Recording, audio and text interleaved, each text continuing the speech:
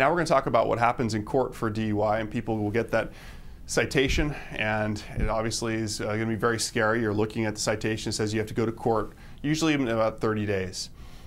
Also, they're going to get a piece of paper, and on the back of it, it will say that if you request a hearing within 15 days, your license could be prevented from being suspended. That's called admin per se form. If you do get arrested for a DUI and you have this admin per se form, I definitely suggest it's a good idea for you to mail that in. It's right there on the form. It's very simple. Fill it out, mail it in. It's going to prevent your license from being suspended while your case is pending. If your case winds up getting dismissed, then you're in a position where you can actually fight the suspension, and you're in a better position than you would if you just accepted the suspension. In court, the very first court appearance absolutely freaks people out because they just don't know what to expect. And they're worried about walking into court, and they're thinking, was this a trial, and do I have to sit up at the front, and is the judge going to yell at me, and is the cop going to be there? And people just get very, very apoplectic about going to court, and I understand that that's very stressful. Here's what I can tell you. So many people face DUIs that the system is almost overrun with people showing up to court. And so your court date is going to be probably 50, 60, 70 other people's court date. And you're not going to be singled out where you got to sit up at the front of the desk and the judge is going to be asking you, 20 minutes of questions, and it's not going to be a trial. It's simply a not guilty arraignment. It's an opportunity for you to tell the judge, Judge, I'm not guilty. I'd like to have an opportunity to review the evidence against me. There's nothing wrong with saying, Judge, I'm not guilty. You're not lying to the court when you say that. You're just entering a not guilty plea. People sit down in court, they may watch a video, and in the video they're going to say the maximum penalty for a misdemeanor DUI is 6 months in jail. And people hear that. They don't hear the maximum, they hear 6 months, and it gets them very, very concerned because they think, oh my goodness, I'm looking at 6 months in jail. And then they worry, am I doing the right thing by telling a judge that I'm not guilty? What if I really am guilty? Am I lying to the judge? Don't worry about it. You're not lying to the judge by entering a plea of not guilty. It's a formality. Say that you're not guilty because you want to have an opportunity to review your police reports. From there, they're going to set it to a pretrial conference. Now, I'm generalizing. Lots of courts have different acronyms for that, whatever that first setting is. I'm going to call it a pretrial conference. Sometimes they call it a pretrial disposition conference. Doesn't matter. It's an opportunity for you to get the police reports and get a lawyer appointed if you don't have the money to hire an attorney. Or you can go and you can also just talk to the prosecutor and say, what am I looking at if you waive your right to an attorney? You hire a private attorney is going to go and speak to that prosecutor.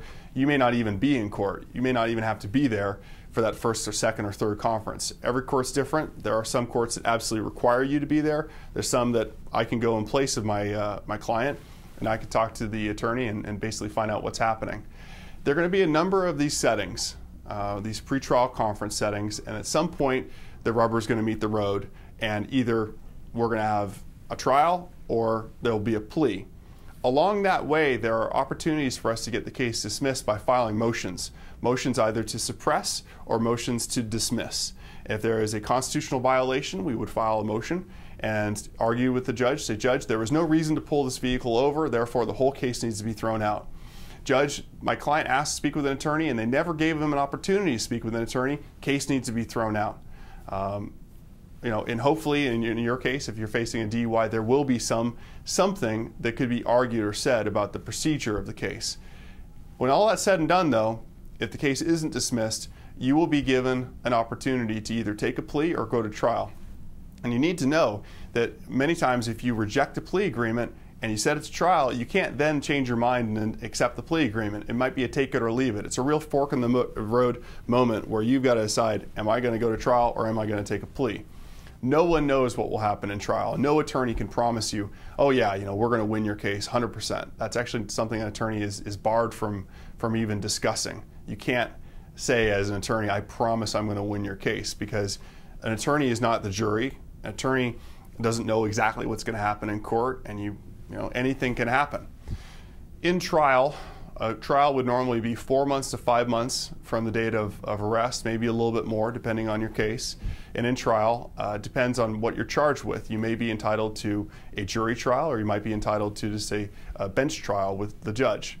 The law just changed with regards to that, and we don't know exactly what's going to be happening with regards to bench trials or jury trials. They're trying to speed up the process. They're trying to move more DUI cases through. And so my guess is that for first offense DUIs, you're not going to be eligible for a jury trial. A second offense DUI, you will. And I think that there's a huge difference between a jury trial and a bench trial, but that's just me, and we'll see exactly what the net effect is. A DUI trial, usually about a day, sometimes 2 days, sometimes 3. And again, that's for a misdemeanor. A felony DUI is a totally and radically different thing. And if you are charged with a felony, I definitely suggest that you give us a call, 602-989-5000, and I can walk you through that DUI, the process. It's more or less the same, where there will be a number of conferences up until a point in various courts for felony where you have to decide, am I going to take a deal or am I going to go to trial? And by setting it to trial, I might be rejecting the plea agreement that's been extended to me. The difference between a felony and a misdemeanor is usually if you have priors. If you've got multiple priors within 7 years and you're looking at a third conviction within 7 years, you're probably going to be charged with an aggravated DUI. If your license was suspended at the time, you actually don't have to have any DUIs whatsoever. If you've never been convicted of DUI but your license was suspended, technically you could be facing an aggravated DUI, which is a felony. So I threw a lot at you.